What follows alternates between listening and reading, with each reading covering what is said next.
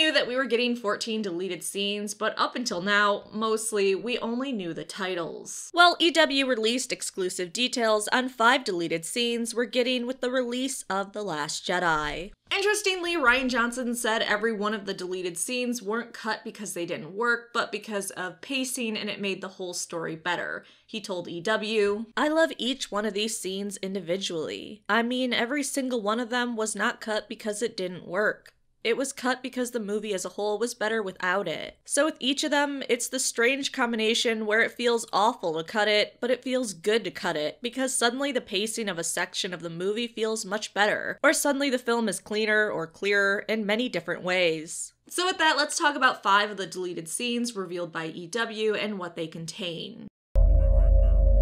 You're fulfilling your destiny.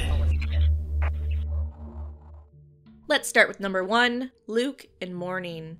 Because the movie was so jam-packed, we didn't have a lot of time for extra things, such as seeing how Luke truly responded to the news that Han Solo was dead. Thanks to a deleted scene, we get to see the aftermath of Luke being told that his friend had died. In this deleted scene, after being told of his friend's death, Luke goes into his hut alone to sit quietly as tears spring to his eyes. As Luke is seen grieving, the scene cuts to Leia in a similar pose, sitting by a window, and the siblings share a moment of grief over Han. But Ryan believes Luke's scene in the Falcon gives a similar feel. However, I would have appreciated seeing Luke and Leia grieving over Han, which I guess with the release I can. Still, is it a bit jarring that we only see Rey really grieve or get angry over Han's death? I don't know, am I a crazy person that's jarring? Number 2, BB-8 reveals Rey's goodbye, or BB-8 is a straight creeper. In this deleted scene, Finn is trying to decide whether he should abandon the Resistance or not to meet up with Rey. Then BB-8 rolls up and shows him a recording he took of Rey saying an emotional goodbye to Finn, who was in his recovery pod at the time. So BB-8 apparently likes to watch and record people without their knowledge. Definitely not a creepy layer to BB-8. He's always watching. Which, funny enough, in the deleted scene, Finn calls him out on it, saying, "That's kinda creepy you recorded that."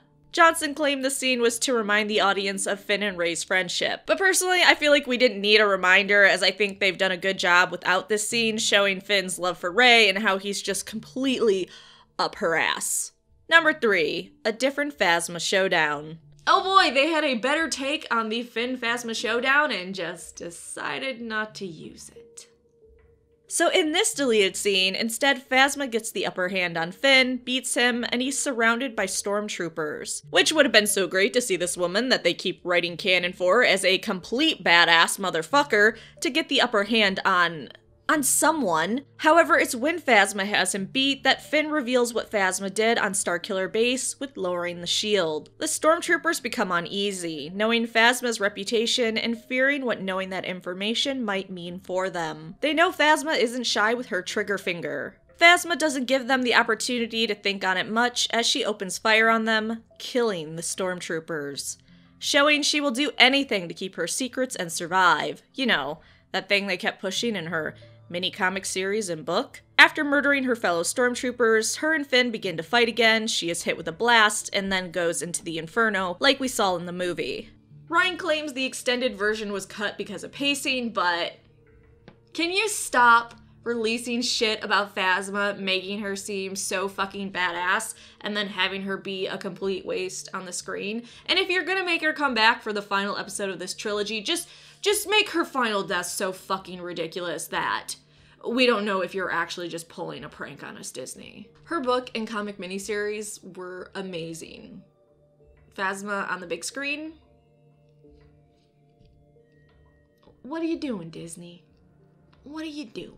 Number 4, Supremacy Infiltration. This deleted scene takes place when Rose, Finn, BB-8, and DJ are attempting to shut down the tracking device that's on the Supremacy. And apparently it makes Rian Johnson laugh every time he sees it. While going towards the tracker, Finn is recognized by a stormtrooper who begins talking with him and saying he's sure he knows Finn from somewhere. He finally does recognize Finn and laughs about how FN-2187 was promoted to officer status before him. Which goes into the Last Jedi visual dictionary that talked about Finn's defection and how they tried to cover it up. And I think, covered that in my Executioner Trooper video. Subtle wink. go watch that. And then tell me if I actually did or not, because I don't remember. Finally, number 5, Ray and the Raiders of the Caretaker Village. This one's been talked about before, so I don't know why EW's saying this was an exclusive, but supposedly this was supposed to be a test for Ray, though now Ryan's saying it wasn't actually one of the tests or lessons, so I don't know.